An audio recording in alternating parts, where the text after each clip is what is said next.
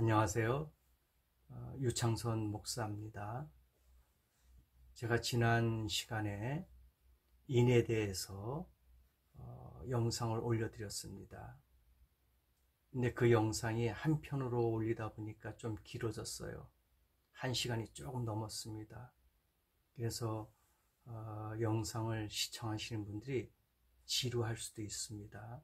그래서 이번 그 대접에 대해서 또 나팔에 대해서 제가 시리즈로 올릴 건데, 이번에 올린 영상은 나팔인데 7 나팔이 있지 않습니까? 그래서 7 나팔 중에서 하나, 둘, 셋, 넷 이런 식으로 시리즈로 해서 6편 정도로 해서 짧게 10분이나 20분 그 사이에서 이렇게 올리고자 합니다. 그래서 시청하시기가 조금 편하실 겁니다. 그래서 이번 나팔에서는 1, 2, 3, 4, 5, 6 이런 식으로 짤막하게 단편식으로 올리겠습니다. 그리고 제가 계속해서 반복해서 말씀을 드리는 건데, 이 인과 나팔과 대접의 재앙은 7년 환란 가운데 나타나는 현상이에요. 지금 이 시대가 나팔 시대 또는 대접의 시대, 인의 시대가 아닙니다. 이것은 7년 환란 가운데 나타나는 거예요. 또 어떤 분들은 그래요. 환란을 우리가 통과해야 된다. 7년 환란을 통과해야 된다. 그렇게 말하는 분도 있고, 또는 7년 중간에 휴거돼야 된다. 이런 분이 있고, 또 어떤 분은 또 휴거 자체를 부인하는, 없다. 그렇게 하시는 분들이 있어요. 근데 성경에는 분명하게 말씀하셨습니다. 그래서 나중에 고린도전서라든지 데살로니가 전후서라든지 요한계시록 같은 것을 잘 읽어보세요. 분명히 휴거가 있습니다. 예수님이 이 땅에 오실 겁니다. 그래서 이 환란도 앞으로 우리가 휴거당하지 않았던, 못했던 그런 분들에 대한 이 땅에서의 재앙입니다. 지금이 재앙의 시대라고 이야기하면은 모순이 생깁니다. 그건 잘못 해석된 거예요. 그래서 이 인과 대접과 나팔의 재앙은 앞으로 휴거당하지 못했던 그런 분들이 당할 고통과 고난, 재앙이라고 그렇게 볼 수 있겠습니다. 그래서 궁금하신다면 시리즈로 나갈 때 보시고, 그 다음에 성경 말씀을 요한계시록을 꼭 한번 5장서부터 19장까지 한번 다 정독해 보시면은 그 내용이 언제 어디서 어떻게 나타난다라는 것을 알 수가 있을 것입니다. 그렇게 하시고 이번 강의는 나팔에 대해서 시리즈를 올리겠습니다. 잘 시청하시고 구독과 좋아요도 꼭 눌러주시면 영상 제작하는 데 큰 힘과 도움이 되겠습니다. 감사합니다. 이번 시간에는 나팔에 대해서 한번 같이 알아보는 시간 갖겠습니다. 지난 시간에는 인에 대해서 제가 강의를 했고, 이번 시간에는 나팔에 대해서 자세하게 시리즈별로 그렇게 영상을 올리겠습니다. 계시록 8장 2절에 보면은 내가 보매 하나님 앞에 시위한 7 천사가 있어 7 나팔을 받았더라. 그렇게 기록되어 있습니다. 무슨 말이냐? 7 천사가 각각 7개의 나팔을 갖게 되는 거죠. 그러니까 하나, 둘, 셋, 넷, 다섯, 여섯, 7. 7개의 나팔을 7 천사가 갖게 되는 겁니다. 그래서 하나씩 나팔을 불 때마다 재앙이 나타난다라는 것을 알려주고 있습니다. 이 나팔 소리를 몇 가지 상징적인 의미를 내포하고 있는데 하나님의 경고를 암시하고 있어요. 그 다음에 하나님의 행체와 임재, 그 다음에 전쟁의 신호로 사람을 모집할 때 사용됩니다. 벌써 이 상징적인 내용을 보더라도 우리가 알잖아요. 이 나팔을 불 때 전쟁을 하게 되면은 뭐 앞으로 전진한다 또는 후퇴한다. 그렇게 할 때에 나팔을 불게 되는 것을 우리가 알게 되잖아요. 그리고 뭐 왕의 행차라든지 어떤 큰 축제라든지 그때 어떻게 합니까? 나팔, 꽹과리, 북, 장구 막 이런 악기를 동원하지 않습니까? 그래서 그러한 행차나 축제가 있을 때에 또 나팔을 불게 되는 거죠. 이와 같이 이 나팔의 상징성이 참으로 다양합니다. 많이 있다는 것을 알 수가 있어요. 계시록 8장 6절에 보니까 일곱 나팔 가진 일곱 천사가 나팔 불기를 예비하더라. 이제 준비하고 있어요. 이 나팔 소리를 이제 불기 위해서 일곱 천사가 준비하고 있다는 얘기입니다. 그래서 이 나팔 소리는 선지자의 소리요, 전쟁을 알리는 소리요, 백성을 경고하는 소리이기도 합니다. 이 좋은 나팔이 아닙니다. 우리가 공중 들림 받을 때, 휴거당할 때에 하나님의 나팔 소리, 천군 천사로 오는 나팔 소리는 기쁨의 소리죠. 환희의 소리입니다. 그러나 여기에서 일곱 천사의 일곱 나팔은 무서운 나팔, 재앙과 심판의 나팔이다. 그렇게 인식하면 되겠습니다. 그래서 일곱 나팔, 이 일곱 천사가 부는데 처음에 넷은 땅, 바다, 물, 천체. 무슨 말이냐? 자연계에 대한 하나님의 진노라는 얘기입니다. 그러니까 자연을 하나님이 징계하시는, 진노하시는 그러한 나팔이다. 그리고 나머지 세 나팔은 인간 위에 내리는 재앙입니다. 그러니까 다섯, 여섯, 일곱째, 세 개는 사람들, 앞에 네 개는 자연 우주의 재앙이다. 네 나팔이 나옵니다. 첫째 나팔, 둘째, 셋째, 넷째는 땅과 바다와 물과 천체, 하늘, 이런 자연계에 대한 하나님의 진노요. 세 나팔은 인간 위에 내리는 재앙입니다. 그래서 마지막 일곱째까지가 인간들에게 심판을 하는, 재앙을 하는 그런 나팔이다. 그렇게 보시면 되겠습니다. 그래서 이제 첫째 천사가 첫째 나팔을 불게 됩니다. 거기에서 심판이 뭡니까? 피 섞인 우박과 불이 나서 땅에 쏟아지매 땅의 3분의 1이 타서 사위고 수목의 3분의 1도 터져 사이고 각종 푸른 풀도 타서 사이더라. 이게 무서운 거예요. 피 섞인 우박과 불이 떨어진다는 얘기입니다. 땅에 있는 곳에 지금 심판하는 거예요. 나무가 3분의 1이 탔어요. 땅이 뜨거운 물에 타서 체질이 녹아진다. 그렇게 기록되어 있습니다. 우리가 성경에 계속 보면은 우박과 불은 진노의 상징이죠. 피는 사망의 표고 우박은 작물을 박멸하는 재앙이다. 그래서 지금 첫째 나팔을 부니까 이 땅을 심판하는 거예요. 지금 시대가 아닙니다. 환란 가운데 앞으로 7년 환란 가운데 나타날 심판이라는 얘기입니다. 그리고 두 번째 천사가 둘째 나팔을 불러요. 이때는 산과 바다가 3분의 1이 피가 된다. 그렇게 나와요. 우리가 애굽의 재앙을 볼 때 나일강이 피로 물들었잖아요. 그와 같은 것이 되는 거예요. 바다의 심판이 임하게 된 거죠. 바다 가운데 가진 생물들, 피조물들이 3분의 1이 죽어요.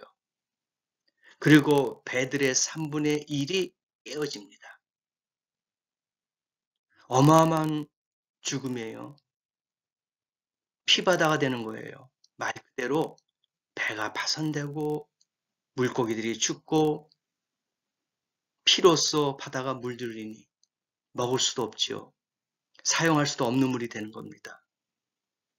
많은 사람이 죽게 될 수밖에 없어요. 바로 물의 심판입니다. 셋째 나팔을 붑니다. 셋째 천사가 나팔을 부니 횃불같이 타는 큰 별이 하늘에서 떨어져 강들의 3분의 1과 여러 물샘에 떨어지니 큰 별이 떨어진다 그랬어요. 이것은 헬라어로 메가스라고 이야기하죠. 그래서 크고 많은 것을 뜻하니 많은 큰 별이 떨어지는 것을 말하고 한 큰 별이 떨어지면서 파편이 될 수도 있다는 얘기죠. 깨지면서. 우리가 역사적으로 볼 때 또는 현실적으로 볼 때 운석이 떨어진다 하잖아요. 불꽃동이 떨어진다 그렇게 하잖아요.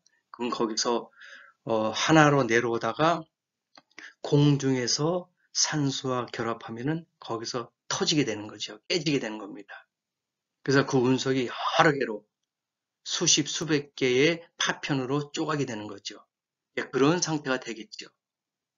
그래서 이 셋째 나팔을 부는 것은 그대로 자연 그대로입니다. 하나님의 심판의 날이 다가온다 하는 것을 알려주는 거예요. 마태복음 24장 29절에도 그때 해가 어두워지고 달이 빛을 내지 아니하며 별들이 하늘에서 떨어지며 하늘의 권능들이 흔들리리라. 이거 셋째 나팔의 재앙이 나타나는 거예요. 8장 11절에 이 별 이름은 뭐라 그랬습니까? 쑥이에요. 쑥은 씁니다. 우리가 익모초라고 알잖아요. 아주 쓴 거예요. 원액을 마시기에는 도저히 할 수 없는 그러한 독한 아주 먹을 수 없는 삼킬 수 없는 그러한 쓴 액체라고 우리가 볼 수가 있는데 그래서 이 쓴 쑥은 우상 숭배에 대한 징벌로 나타나고 있어요. 예레미야 선지자는 하나님께서 경고로 그 백성에게 쑥을 먹이며 독한 물을 마시우겠다 그렇게 말하고 있습니다. 그래서 물의 심판입니다. 써서 그 물을 마실 수가 없어요.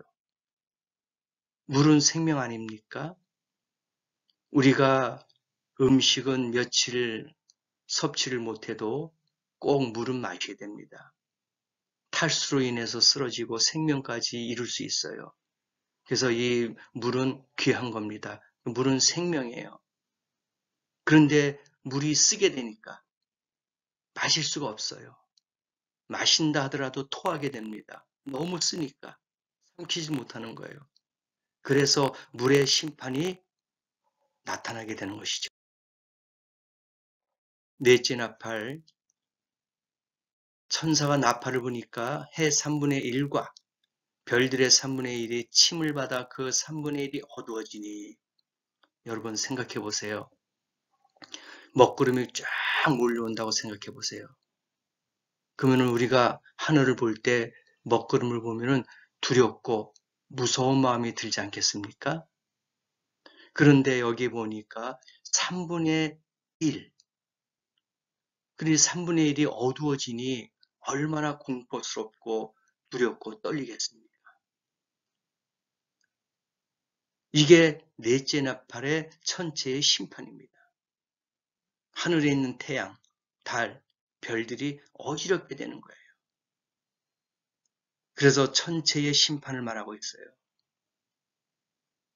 우리가 애굽의 열 재앙 중에 또 한 가지가 들어있죠. 흑암. 같이 계시록하고 비교해보면 알 수 있습니다.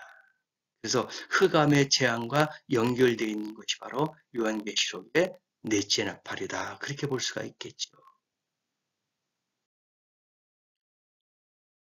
8장 13절에 보니까 독수리가 날아가면서 이야기합니다. 딱 세 가지, 세 마디 합니다. 화가 있으리다. 이게 무슨 말입니까? 지금 강조하는 거예요. 세 번씩 한다는 것은 강조법이에요. 강조하는 겁니다. 그러니까 쉽게 말한다면 완벽하다, 정확하다, 그렇게 표현할 수가 있어요. 그래서 우리가 거룩하다, 거룩하다, 거룩하다 이런 말도 우리가 나오잖아요. 그래서 화 이것은 뭐냐? 세 번을 이야기한 것은 지금까지의 네 번의 나팔은 지나갔다. 자연계의 나팔은 지나갔다. 그러나 인간들에게 나타날 세 가지 새 나팔이 남아있다. 화 이렇게 알려주는 거예요. 앞으로 무서운 인간들에 대한 사람에 대한 재앙과 심판이 세 개가 남아있다 하면서 알려주게 되는 것이죠. 처음 넷은 땅과 바다와 물과 천체, 자연에 대한 하나님의 심판이라고 이야기했습니다. 이제 나중 셋은 인간 위에 내리는 재앙으로 지금 시작되는 거예요. 세 가지가 시작되게 되겠죠. 이것은 네 가지의 나팔은 그나마 자연계인데, 그나마 사람에게 직접적으로 다가온 심판과 재앙과 진노가 아닌데, 이제는 이 세 개의 나팔은 직접적으로 우리가 피부로 느끼고 다가올 수 있는 그러한 고통과 괴로움의 재앙이라는 것을 알고 있어야 된다는 것이죠. 첫째 천사가 이제 나팔 붑니다. 하늘에서 땅에 떨어진 별 하나가 있는데 저가 무조갱의 열쇠를 받았더라. 그래서 하늘로부터 이제 그게 별이 떨어지죠. 무조갱의 열쇠를 받았다 그랬습니다.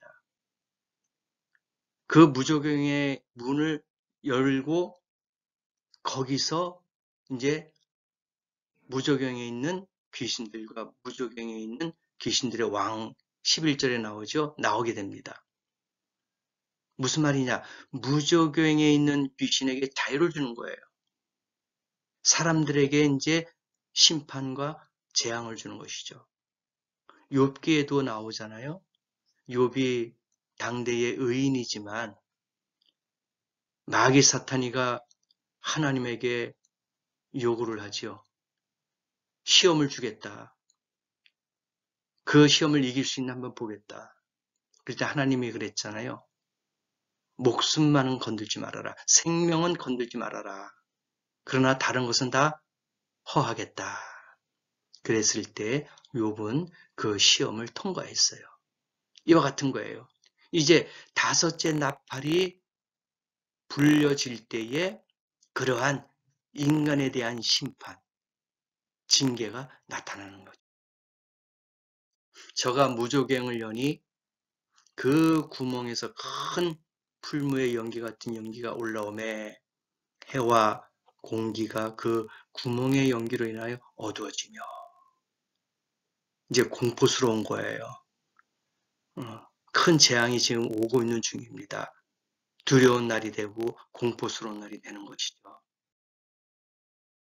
또 황충이 연기 가운데로부터 땅 위에 나오매 저희가 땅에 있는 전갈의 권세와 같은 권세를 받았더라.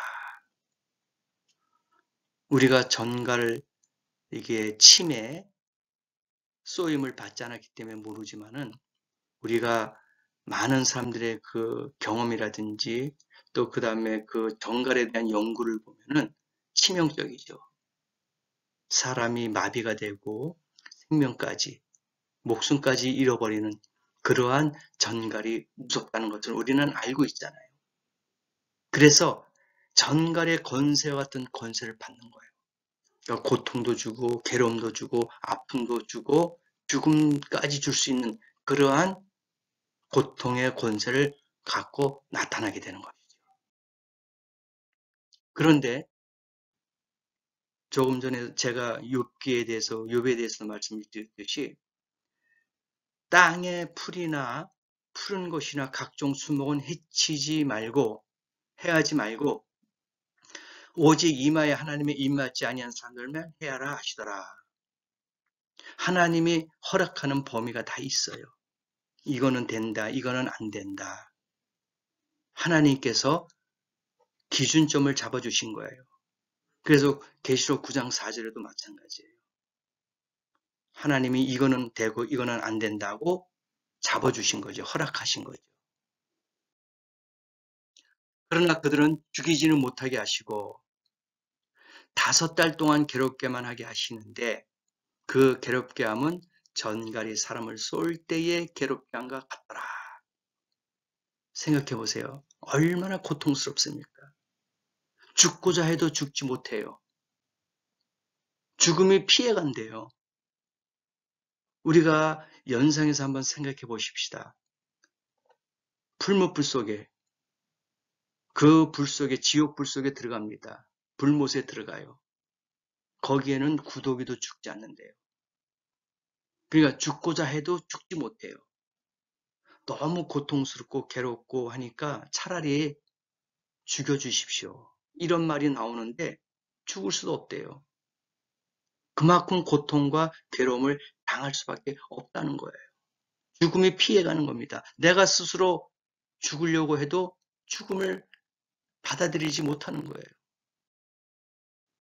황충전의 모양을 전쟁을 위하여 예비한 말, 그 다음에 얼굴은 사람의 얼굴, 머리털이 있고 그 이는 사제이, 흉갑이 있고 그 날개 소리는 병과 같은 말들, 꼬리와 쏘는 살이 있어. 그 꼬리에는 5돌 동안 사람들을 해하는 권세가 있더라. 그러니 참 회개망측한 그런 모습을 갖고 있는 거 아닙니까? 말이 나타나는데 그 얼굴은 사람 얼굴 같이 되고 머리털처럼 길게 머리털이 여자처럼 이렇게 축축 뒤에 막 너플너플거리고 이가 있고 사제이 같이 이렇게 무손이가 있습니다. 또 흉갑이 있고 날개까지 있어요. 꼬리는 어떻게 돼요? 전갈의 그러한 능력과 권세를 갖고 있는 쏘는 아픔을 주고 고통을 주는 그러한 모습을 갖고 있다는 거예요. 황충의 모습과 상징적인 것을 볼 때 머리는 금멸관 비슷한 것, 그러니까 하나님의 허락으로 한시적으로 통치권을 행사하는 자라고 볼 수 있겠죠. 얼굴이 사람의 얼굴이에요. 지혜로 천하 만민을 유혹하는 자가 됩니다. 머리털, 여자의 머리털이죠. 인간을 유혹할 만한 매력을 지닌 자다. 사자의 이가 있습니다. 무서운 탐욕과 파괴력을 가진 자. 철흉갑, 강한 방어력을 갖고 있고 병거와 말들이 달리는 소리에 날개 소리가 있어요. 이것은 신속하고도 막강한 공공력을 가진 자. 꼬리가 있어요. 전갈의 꼬리, 쏘는 살같이 치명적인 영향력을 지닌 자다. 그렇게 우리가 이 황충의 모습을 상징적으로 볼 수가 있다는 것이죠. 저에게 임금이 있으니 무적행의 사자라. 히브리음으로 이름은 아바돈이요 헬라음으로 이름은 아블로온이더라. 9장 11절에 나옵니다. 이 아바돈은 사망과 멸망, 파멸, 파괴, 음부와 멸망이라는 의미가 있고요. 아볼루온은 파괴자, 살인자라는 뜻을 가지고 있다는 것입니다. 그래서 무적행에서부터 나온 그러한 사람이 바로 아바돈이고 아볼론이 되는 거죠.